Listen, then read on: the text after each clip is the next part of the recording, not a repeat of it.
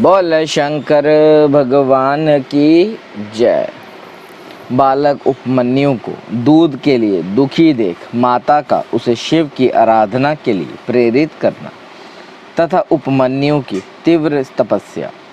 ऋषियों ने पूछा, प्रभु, धौम्य के बड़े भाई उपमन्यु जब छोटे बालक थे तब उन्होंने दूध के लिए तपस्या की थी और भगवान शिव ने प्रसन्न होकर उन्हें क्षीर सागर प्रदान किया था, परंतु शेषव वास्तव में उन्हें शिव शास्त्र के प्रवचन की शक्ति कैसे प्राप्त हुई अथवा वे कैसे शिव के सत्य स्वरूप को जानकर तपस्या में निरत हुए। तत्पश्चात तपश्चरण के पर्व में उन्हें भस्म के विज्ञान की प्राप्ति कैसे हुई, जिसने जो रुद्रांगीण का उत्तम वीर्य है उस आत्मरक्षक भस्म को उन्होंने प्राप्त किया। वायुदेव ने कहा, महर्षियों, जिन्होंने वह तप किया था वह उपमन्यु कोई साधारण बालक नहीं थे, परम बुद्धिमान मुनिवर व्याघ्रपाद के पुत्र थे। उन्हें जन्मांतर में ही सिद्धि प्राप्त हो चुकी थी, परंतु किसी कारणवश वे अपने पद से च्युत हो गए, योग भ्रष्ट हो गए, अतः भाग्यवश जन्म लेकर वे मुनि कुमार हुए। एक समय की बात है, अपने मामा के आश्रम में उन्हें पीने के लिए बहुत थोड़ा दूध मिला। उनके माँ का बेटा अपनी इच्छा के अनुसार गरम गरम उत्तम दूध पीकर उनके सामने खड़ा था।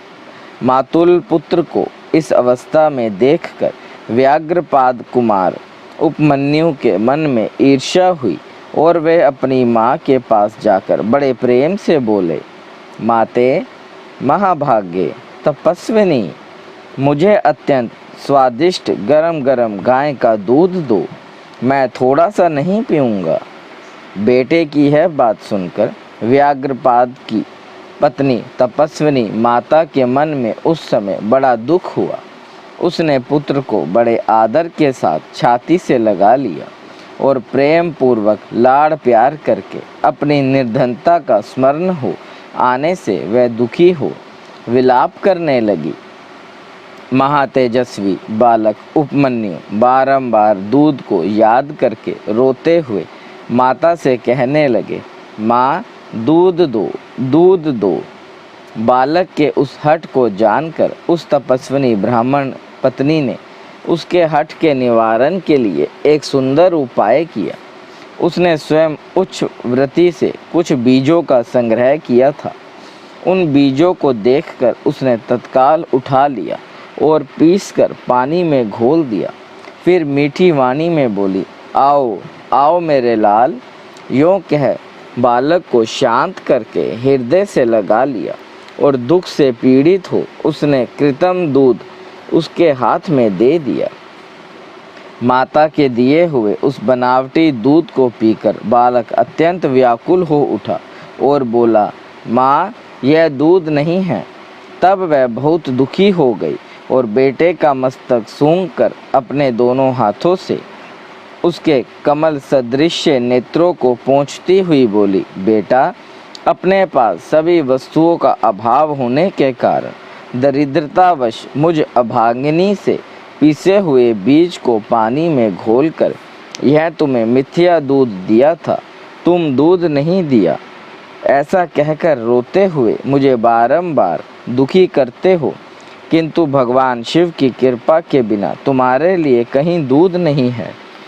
भक्ति पूर्वक माता पार्वती और अनुचरों सहित भगवान शिव के चरणाविंदों में जो कुछ समर्पित हो वही संपूर्ण संपत्तियों का कारण होता है। महादेव जी ही धन देने वाले हैं। इस समय हम लोगों ने उनकी आराधना नहीं की है।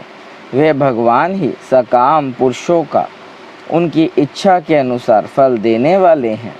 हम लोगों ने आज से पहले कभी भी धन की कामना से भगवान शिव की पूजा नहीं की है, इसलिए हम दरिद्र हो गए और यही कारण है कि तुम्हारे लिए दूध नहीं मिल रहा है। बेटा, पूर्व जन्म में भगवान शिव अथवा विष्णु के उद्देश्य से जो कुछ दिया जाता है वहीं वर्तमान जन्म में मिलता है, दूसरा कुछ नहीं। अब उपमन्यु बोले, माँ, यदि माता पार्वती सहित भगवान शिव विद्यमान है तब आज से शोक करना व्यर्थ है। महाभागे, अब शोक छोड़ो, सब मंगलमय ही होगा। माँ, आज मेरी बात सुन लो। यदि कहीं महादेव जी हैं और मैं देर से या जल्दी ही उनसे क्षीर सागर मांग लाऊंगा। वायु देवता कहते हैं, उस महाबुद्धिमान बालक की वह बात सुनकर उनकी मनस्विनी माता उस समय बहुत प्रसन्न हुई और यूँ बोली। माता ने कहा, बेटा, तुमने बहुत अच्छा विचार किया है। तुम्हारा यह विचार मेरी प्रसन्नता को बढ़ाने वाला है। अब तुम देर न लगाओ, सामंब सदाशिव का भजन करो। अन्य देवताओं को छोड़कर मन, वाणी और क्रिया द्वारा भक्ति भाव के साथ पार्षद गणों सहित उन्हीं सामंब सदाशिव का भजन करो। नमः शिवाय। यह मंत्र उन देवादि देव वरदायक शिव का साक्षात वाचक माना गया है। प्रणव सहित जो दूसरे 7 करोड़ों महामंत्र हैं, वे सब इसी में लीन होते हैं और इसी से प्रकट होते हैं। यह मंत्र दूसरे सभी मंत्रों से प्रबल है, यही सबकी रक्षा करने में समर्थ है। अतः दूसरे की इच्छा नहीं करनी चाहिए। इसलिए तुम दूसरे मंत्रों को त्याग कर केवल पंचाक्षर के जप में लग जाओ। इस मंत्र के जीवा पर आते ही यहाँ कुछ भी दुर्लभ नहीं रह जाता है। यह उत्तम भस्म, जिसे मैंने तुम्हारे पिताजी से ही प्राप्त किया है, यह विरजा होम की अग्नि से सिद्ध हुआ है, अतः बड़ी से बड़ी आपत्तियों का निवारण करने वाला है। मैंने तुम्हें जो पंचाक्षर मंत्र बताया है, उसको मेरी आज्ञा से ग्रहण करो। इसके जप से ही शीघ्र तुम्हारी रक्षा होगी। वायु देवता बोले, इस प्रकार आज्ञा देकर और तुम्हारा कल्याण हो, ऐसा कहकर माता ने पुत्र को विदा दिया। मुनि उपमन्यु ने उस आज्ञा को शिरोधार्य करके ही उसके चरणों में प्रणाम किया और तपस्या के लिए जाने की तैयारी की। उस समय माता ने आशीर्वाद देते हुए कहा, सब देवता तुम्हारा मंगल करे। माता की आज्ञा पाकर उस बालक ने दुष्कर तपस्या आरंभ की। हिमालय पर्वत के एक शिखर पर जाकर उपमन्यु एकाग्रचित्त हो केवल वायु पीकर रहने लगे। उन्होंने 8 ईंटों का एक मंदिर बनाकर उसमें मिट्टी के शिवलिंग की स्थापना की। उसमें माता पार्वती तथा गणों सहित अविनाशी महादेव जी का आवाहन करके भक्ति भाव से पंचाक्षर मंत्र द्वारा ही वन के पत्र, पुष्प आदि उपचारों से उनकी पूजा करते हुए वे चिरकाल तक तपस्या में लगे रहे। उस एकाकी कृशकाय बालक द्विजवर उपमन्यु को शिव में मन लगाकर तपस्या करते देख मरीचि के शाप से पिशाच भाव को प्राप्त हुए कुछ मुनियों ने अपने राक्षस स्वभाव से सताना और उनके तप में विघ्न डालना आरंभ किया। उनके द्वारा सताए जाने पर भी उपमन्यु किसी प्रकार तप में लगे रहे और सदा नमः शिवाय का आंतर ध्यान और अंतर्नाद की भांति जोर जोर से उच्चारण करते रहे। उस शब्द को सुनते ही उनकी तपस्या में विघ्न डालने वाले वे मुनि उस बालक को सताना छोड़कर उसकी सेवा करने लगे। ब्राह्मण बालक महात्मा उपमन्यु की उस तपस्या से संपूर्ण चराचर जगत प्रद्विप्त एवं संतप्त हो उठा। बोले शंकर भगवान की जय। भगवान शंकर का इंद्र धारण करके उपमन्यु के भक्ति भाव की परीक्षा लेना, उन्हें क्षीर सागर आदि देकर बहुत से वर देना और अपना पुत्र मानकर पार्वती के हाथ में सौंपना, कृतार्थ हुए उपमन्यु का अपनी माता के स्थान पर लौटना। तदनंतरन भगवान विष्णु के अनुरोध करने पर श्री शिवजी जी ने पहले इंद्र का रूप धारण करके उपमन्यु के पास जाने का विचार किया। फिर श्वेत ऐरावत पर आरूढ़ हो स्वयं देवराज इंद्र का शरीर ग्रहण करके भगवान सदाशिव देवता, असुर, सिद्ध तथा बड़े बड़े नागों के साथ उपमन्यु मुनि के तपोवन की ओर चले।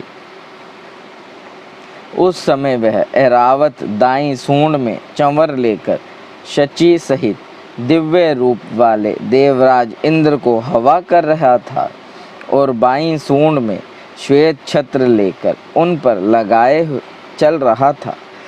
इंद्र का रूप धारण किए उमा सहित भगवान सदाशिव उस श्वेत छत्र से उसी तरह सुशोभित हो रहे थे जैसे उदित हुए पूर्ण चंद्रमंडल से मंदरांचल शोभा मान्य होता है। इस प्रकार इंद्र के स्वरूप का आश्रय ले परमेश्वर शिव उपमन्यु के उस आश्रम पर अपने उस भक्त पर अनुग्रह करने के लिए जा पहुँचे।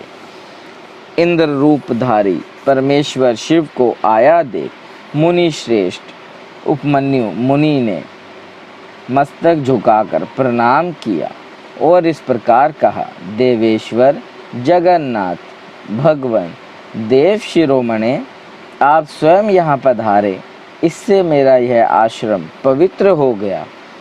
इंद्र रूपधारी शिव बोले, उत्तम व्रत का पालन करने वाले धौम्य के बड़े भाई महामुने उपमन्यु, मैं तुम्हारी इस तपस्या से बहुत संतुष्ट हूँ। तुम वर मांगो, मैं तुम्हें संपूर्ण अभीष्ट वस्तुएं प्रदान करूँगा। वायु देवता कहते हैं, उन इंद्रदेव के ऐसा कहने पर उस समय मुनि प्रवर उपमन्यु ने हाथ जोड़कर कहा, भगवान मैं भगवान शिव की भक्ति मांगता हूँ। यह सुनकर इंद्र ने कहा, क्या तुम मुझे नहीं जानते? मैं समस्त देवताओं का पालक और तीनों लोकों का अधिपति इंद्र हूँ। सब देवता मुझे नमस्कार करते हैं। ब्रह्म ऋषि मेरे भक्त हो जाओ, सदा मेरी ही पूजा करो, तुम्हारा कल्याण हो। मैं तुम्हें सब कुछ दूंगा। निर्गुण रुद्र को त्याग दो, उस निर्गुण रुद्र से तुम्हारा कौन सा कार्य सिद्ध होगा? जो देवताओं की पंक्ति से बाहर होकर पिशाच भाव को प्राप्त हो गया है। वायु देवता कहते हैं, यह सुनकर पंचाक्षर मंत्र का जप करते हुए वे मुनि उपमन्यु इंद्र को अपने धर्म में विघ्न डालने के लिए आया हुआ जानकर बोले।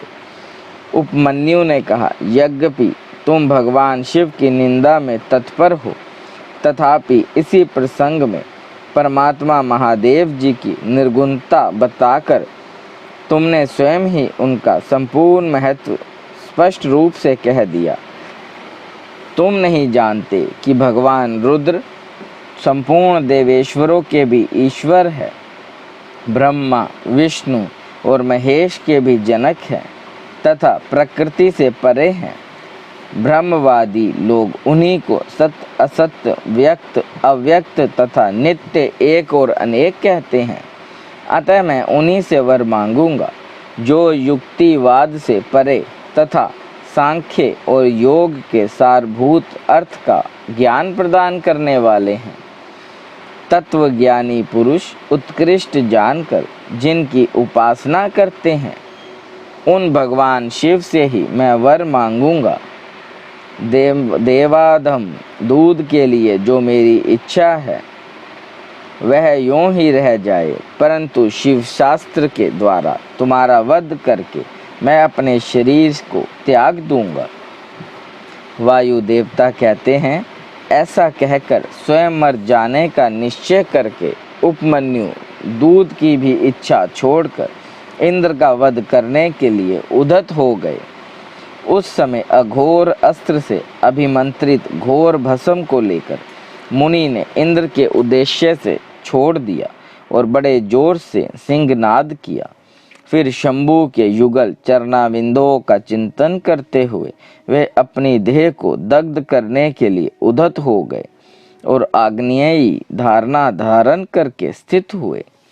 ब्राह्मण उपमन्यु जब इस प्रकार स्थित हुए तब भग देवता के नेत्र का नाश करने वाले भगवान शिव ने योगी उपमन्यु की उस धारणा को अपनी सौम्य दृष्टि से रोक दिया। उनके छोड़े हुए उस अघोरास्त्र को नंदीश्वर की आज्ञा से शिव वल्लभ नंदी ने बीच में ही पकड़ लिया। तत्पश्चात परमेश्वर भगवान शिव ने अपने बालेंद्रु शेखर रूप को धारण कर लिया और ब्राह्मण उपमन्यु को उसे दिखाया। इतना ही नहीं, उस प्रभु ने उस मुनि को सहस्त्रों क्षीर सागर, सुधा सागर, दधि सागर के, घृत के समुद्र, फल संबंधी रस के समुद्र तथा भक्ष्य भोज्य पदार्थों के समुद्र का दर्शन कराया और पुओं का पहाड़ खड़ा करके दिखा दिया। इसी तरह देवी पार्वती के साथ महादेव जी वहां वृषभ पर आरूढ़ दिखाई दिए। वे अपने गणाध्यक्षों तथा त्रिशूल आदि दिव्यास्त्रों से घिरे हुए थे। देवलोक में दुदुम्बियां बजने लगी, आकाश से फूलों की वर्षा होने लगी तथा विष्णु, ब्रह्मा और इंद्र आदि देवताओं से दसों दिशाएं आच्छादित हो गई। उस समय उपमन्यु आनंद सागर की लहरों से घिरे हुए थे। वे भक्ति विनम्र चित्त से पृथ्वी पर दंड की भांति पड़ गए। इसी समय वहां मुस्कुराते हुए भगवान शिव ने यहाँ आओ कहकर उन्हें बुलाया और उनका मस्तक सूंघकर अनेक वर दिए। शिव बोले, वत्स, तुम अपने भाई बंधुओं के साथ सदा इच्छा अनुसार भक्ष्य भोज्य पदार्थों का उपभोग करो, दुख से छूटकर सर्वदा सुखी रहो। तुम्हारे हृदय में मेरे प्रति भक्ति सदा बनी रहे। महाभाग्य उपमन्यु, ये पार्वती देवी तुम्हारी माता है। आज मैंने तुम्हें अपना पुत्र बना लिया और तुम्हारे लिए क्षीर सागर प्रदान किया। केवल दूध का ही नहीं, मधु, दही, अन्न, घी, भाते तथा फल आदि के रस का भी समुद्र तुम्हें दे दिया। ये पुओं के पहाड़ तथा भक्ष्य भोज्य पदार्थों के सागर मैंने तुम्हें समर्पित किए। महामुने, ये सब ग्रहण करो। आज से मैं महादेव तुम्हारा पिता हूँ और जगदम्बा उमा तुम्हारी माता है। मैंने तुम्हें अमर तत्व तथा गणपति का सनातन पद प्रदान किया। अब तुम्हारे मन में जो दूसरी अभिलाषाएं हो, उन सबको तुम बड़ी प्रसन्नता के साथ वर के रूप में मांगो। मैं संतुष्ट हूँ, इसलिए वह सब दूंगा। इस विषय में कोई अन्यथा विचार नहीं करना चाहिए। वायुदेव कहते हैं, ऐसा कहकर महादेव जी ने उन्हें दोनों हाथों से पकड़कर हृदय से लगा लिया और मस्तक सूंघकर यह कहते हुए देवी की गोद में दे दिया कि यह तुम्हारा पुत्र है। देवी ने कार्तिकेय की भांति प्रेम पूर्वक उनके मस्तक पर अपना करकमल रखा और उन्हें अविनाशी कुमार पद प्रदान किया। क्षीर सागर ने भी साकार रूप धारण करके उनके हाथ में अनश्वर पिंडीभूत स्वादिष्ट दूध समर्पित किया। तत्पश्चात पार्वती देवी ने संतुष्ट चित्त हो उन्हें योग जनित ऐश्वर्य, सदा संतोष, अविनाशनी ब्रह्म विद्या और उत्तम समृद्धि प्रदान की।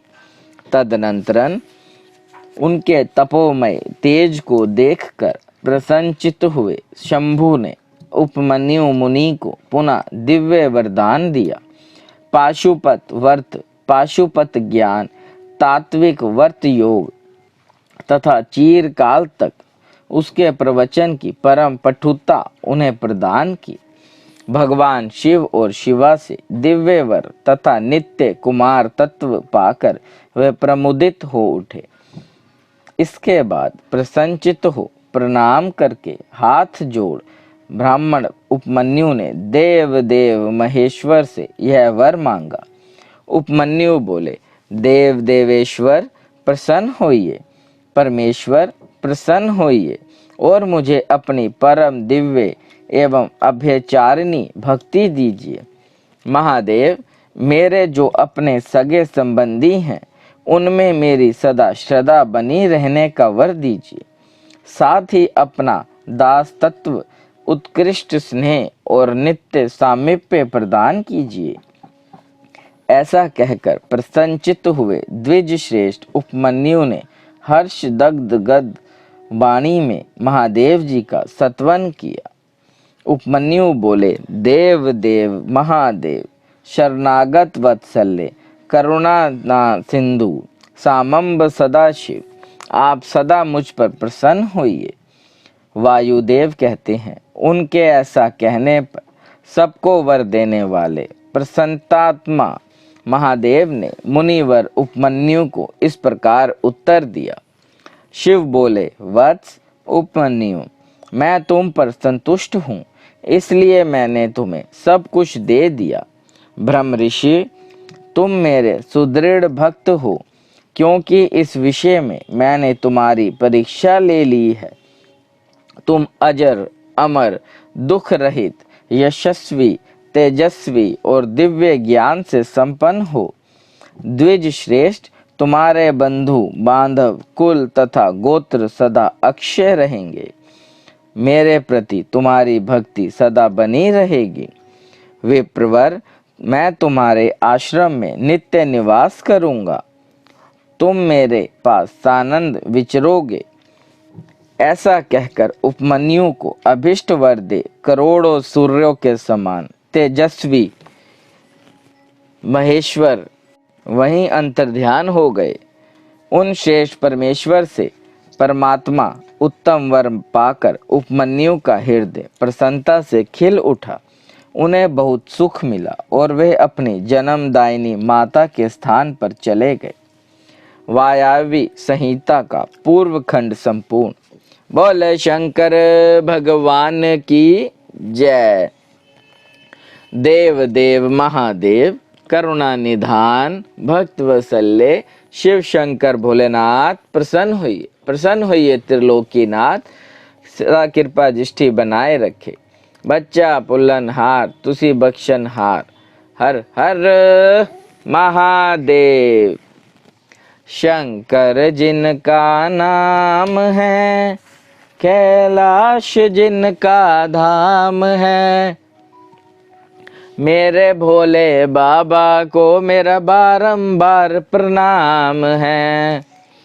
हर हर महादेव शंभु, काशी विश्वनाथ गंगे। हर हर महादेव शंभु, काशी विश्वनाथ गंगे। ओम नमः शिवाय।